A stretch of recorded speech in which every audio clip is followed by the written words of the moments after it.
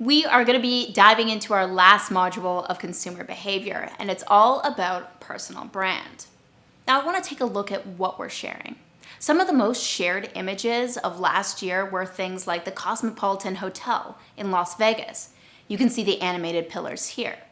Things like Disney World, the Louvre, and even the Seattle Market Theater wall. I would not want to have this job. But that's a lot about what we're sharing. But why are we sharing it? Well, we share because we want to convey to people who we are, what we aspire to be, our ideal selves. Personal brand is something that has existed for a very long time, far beyond social media.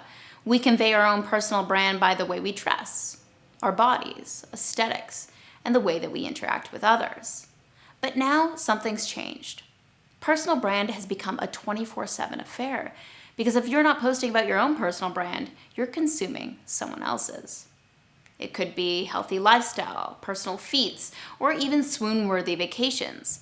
But what we know about social is often there's more than meets the eye.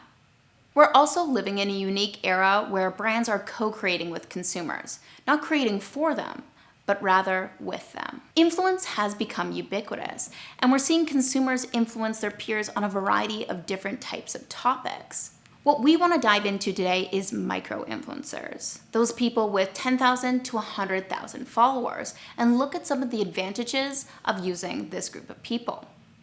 Now, micro-influencers have been around for a while, but recently they've really surged in interest. 10 times the search volume last year compared to previous years. Personal identity has now become something that's completely brandable, and that's something that Nicole knows well. She's an influencer all about millennial motherhood. Whether it comes to packing the perfect lunch or taking the perfect image of your little toddlers, she's there to guide millennial moms through it all. Michelle didn't even know she was a micro-influencer until a brand agency came to her and said that she could be making a lucrative living off of brand partnerships. Now that's exactly what she does with brands like Adidas. We even have pet influencers. Now we all know Grumpy Cat, but this is Oatmeal the Hedgehog. He's completely adorable, and he has some big brand collaborations as well, including Happy Socks, which you can see here. Now let's talk about the key benefits of micro-influencers. First and foremost, they have a more personal connection with their viewers. They fall somewhere between the trust you have for friends and family and the aspiration you have for celebrities and icons of that nature. It's also heightened engagement. We see 60% higher campaign engagement rates with these sorts of influencers. They're also more focused on your mission. Turns out that 70% of them work on less than 5 marketing campaigns a year, which means there's a lot of opportunity to leverage these types of people. Lastly, and probably most obvious, is cost savings. They're about 6.7 times more cost efficient per engagement than regular influencers, especially if you're looking at celebrities, which can charge $500,000 or more for a single post. These micro-influencers, they typically charge around $1,000. We see brands like Adidas really leveraging these types of influencers and campaigns they run not only in New York, but LA as well. This is one of them for their POD system. They targeted specific influencers, which you can see here, and their respective billboards behind them. Why these campaigns work so well wasn't because it made one person's day really special, but it's because the followers of these micro-influencers and larger influencers feel a kinship to these people. It's like something happening to their best friend. And we're going to be seeing more of these in-person curated experiences as well. It's not just about digital when it comes to influence. We're now seeing celebrities getting a little bit of fear of missing out when it comes to their advertising dollars as well. Dwayne Johnson now has his own inspirational YouTube channel. Shay Mitchell has launched products and whole product lines on her YouTube channel. She's a popular actress from the famed Pretty Little Liars television show. We have Will Smith showing amazing different places he's traveled to with his family.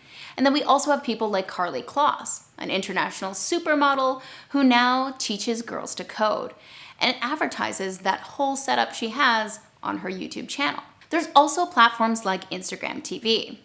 Already, Selena Gomez loves this and utilizes it a lot to connect with her fans.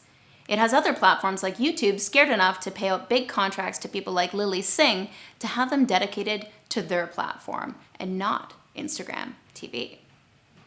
Now, it's no secret that television viewing hours, they are way down. But now we're seeing social media outlets like Twitter partnering up with traditional media companies.